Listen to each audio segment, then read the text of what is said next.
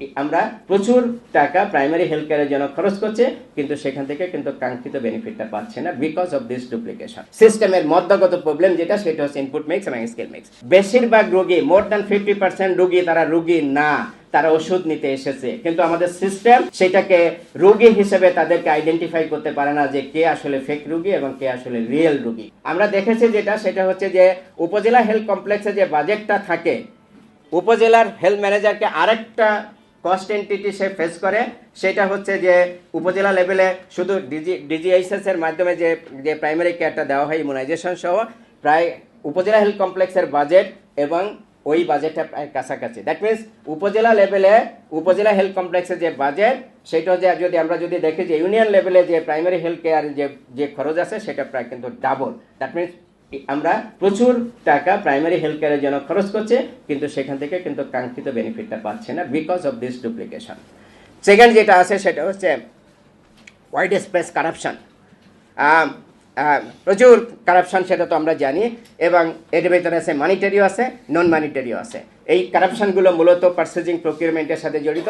আর non monetary যেটা আছে, সেটা হচ্ছে যে আমাদের অ্যাবসেন্টিজম। আমাদের অনেক ওয়ার্কার, অনেক স্বাস্থ্যকর্মী অ্যাবসেন্ট থাকে, ডাক্তাররা বিশেষ করে অ্যাবসেন্ট থাকে। আমাদের সিস্টেমে ইনপুট মিক্স, স্কিল মিক্সের অভাব আছে। আমরা জানি যে যন্ত্রর সাথে স্কিলের একটা মিক্স থাকতে হয়। দিস ইজ এ যন্ত্র, মাইক্রোফোন একটা যন্ত্র, আর এই যে আমরা এখন কথা বলছি, that means input mix, skill mix, মানে এটা থাকতে হবে। এখানে শুধু যন্ত্রটা মাইক্রোফোন থাকলে কথা হবে না, এখানে শুধু হিউম্যান রিসোর্স থাকলে এই কথাটা লাউড হবে না। তার মানে এই যে হসপিটালে আমাদের যেমন এক্সরে থাকতে হয়, এক্সরে মেশিন থাকতে হয়, তার সাথে এক্সরে অপারেটর থাকতে হয়। আমাদের আল্ট্রাসোনোগ্রাফির মেশিন থাকতে হয়, তার সাথে তার অপারেটর থাকতে হয়। এই যে স্কিল মিক্স, এই স্কিল মিক্সে যথেষ্ট প্রবলেম রয়েছে। আবার যদি ইনপুট মিক্স, আমরা যদি বলি স্কিল মিক্স, এক স্কিলের সাথে আর এক স্কিলে, যেমন হচ্ছে যে সার্জন আছে, অ্যানেস্থেসিওলজিস্ট নাই, বা অ্যানেস্থেসিওলজিস্ট আছে, সার্জন নাই, তাহলে কিন্তু এই সার্জন বা অ্যানেস্থেসিওলজির পিছনে যে ব্যয়টা করা হচ্ছে, সেই ব্যয়টা কিন্তু অপচয়। এটা কিন্তু সিস্টেমে বা আমাদের কোনো বেনিফিট তৈরি করছে না। সো এটা আমাদের সিস্টেমের মধ্যগত প্রবলেম যেটা, সেটা হচ্ছে ইনপুট মিক্স এবং স্কিল মিক্স। আমাদের আরও প্রবলেম যেটা আছে, আমাদের এই যে মেডিসিন সাপ্লাই এবং স্টোরেজ সিস্টেমে প্রচুর ধরনের প্রবলেম আছে, যার কারণে ওষুধ নষ্ট হয়। আপনারা দেখবেন যে কিছুদিন আগে দেখা গেল যে ওষুধ দেখা যাচ্ছে নর্দমায় ভাসতেছে। কারণ কি? এই যে সিস্টেমের সাপ্লাই চেইনের প্রবলেম, ডিসপেন্সিং এর প্রবলেম, ওষুধ এক্সপায়ার্ড হয়ে গেছে বা ওষুধের কার্যকারিতা নষ্ট হয়ে গেছে, ওষুধ নর্দমায় ফেলে দিতে হচ্ছে। এবং আমাদের আরেকটা প্রবলেম যেটা, সেটা হচ্ছে যে ফেক রোগী কন্ট্রোল করতে পারি না।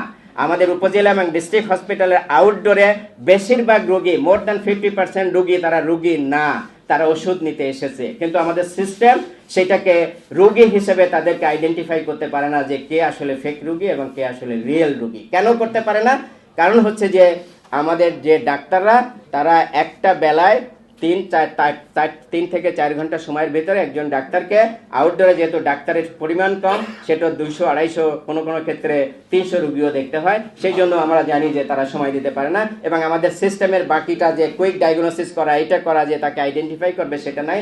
আমাদের যেহেতু ইলেকট্রনিক রেকর্ড সিস্টেম নাই, সো রোগীকে সেটাও আমরা আইডেন্টিফাই করতে পারি না যে এই রোগীটা আজকে আসছে, কালকে আসলে আমি তো ধরে ফেলতে পারবো যে তুমি তো কালকে এসেছো। আমাদের যদি সেই সিস্টেমটা থাকতো, সেটাও নাই। এবং দেখা গেছে যে একই রোগী একই দিন 3টা আউটডোরে, মানে 3 জন ডাক্তারের কাছে গিয়ে 3 বারই ওষুধ নিয়ে নিছে এই প্রেসক্রিপশন দিয়ে, তার যে প্রেসক্রিপশন দিয়ে, এরকম প্রমাণও আছে।